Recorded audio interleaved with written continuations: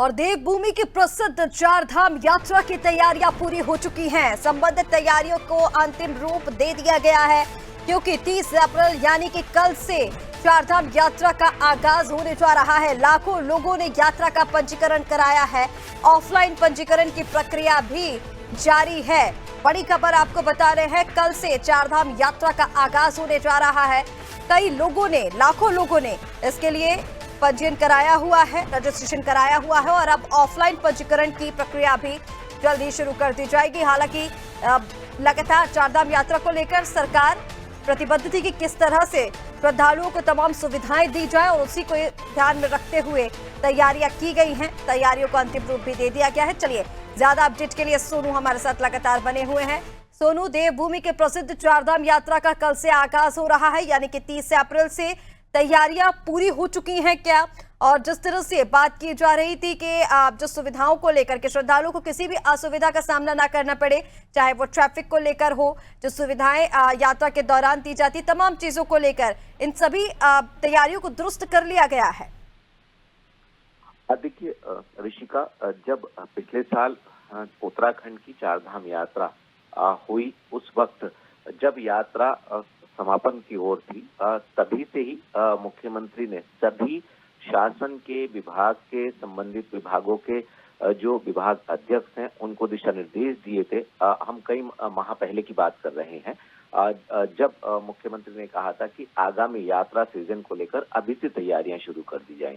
और इस दौरान मुख्यमंत्री की अध्यक्षता में कई समीक्षा बैठक हुई, मुख्य सचिव की अध्यक्षता में कई समीक्षा बैठक हुई, प्रमुख सचिव, अपर मुख्य सचिव और जो विभाग अध्यक्ष हैं, खास तौर से पर्यटन विभाग है, धर्मस्व विभाग है, पुलिस प्रशासन है, इन सभी के विभाग अध्यक्षों ने भी अपने अपने नेतृत्व में समीक्षा बैठकें की हैं और इसका फीडबैक भी मुख्यमंत्री को दिया जा रहा है। माना यह जा रहा है कि जितनी भी यात्रा से संबंधित तैयारी है, लगभग सभी तैयारियां पूरी कर ली गई हैं।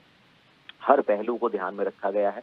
पिछली बार जब यात्रा हुई थी, उस यात्रा के दौरान जो भी अनुभव सामने आए हैं, उनके आधार पर कुछ यात्रा की व्यवस्थाओं में बदलाव किया गया है।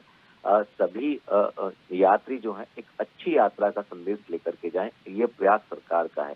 इसके लिए कंट्रोल रूम बनाया गया है कि कहीं पर किसी को भी कोई दिक्कत होती है तो वो कंट्रोल रूम के जो टोल फ्री नंबर है उन पे हेल्प ले सकते हैं। हेल्प डेस्क बनाई गई है। पुलिस प्रशासन ने ट्रैफिक सहित तमाम व्यवस्थाओं के लिए plan A, plan B, plan C का एक एक्शन प्लान तैयार किया है। और इसके साथ साथ स्वास्थ्य विभाग ने पहली बार ये कवायद शुरू की है कि धाम परिसर में ही जो है वो कम बेड का अस्पताल सुचारू किया जाए और अन्य राज्यों सहित उत्तराखंड के तमाम विशेषज्ञों को चारधाम यात्रा मार्गों पर तैनात किया जाए। खासतौर से केदारनाथ क्षेत्र की हम बात कर रहे हैं।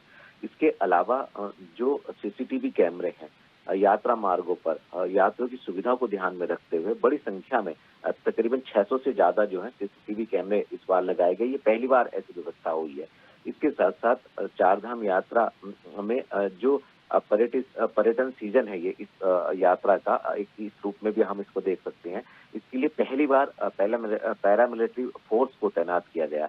तो आप समझ सकते हैं, एक तरफ जहां यात्रा की तैयारी को अंतिम रूप दिया गया, तो वहीं धार्मिक जो परंपराएं हैं, जो धामों की जो पंच पूजाओं का सिलसिला है वो भी शुरू हो चुका है।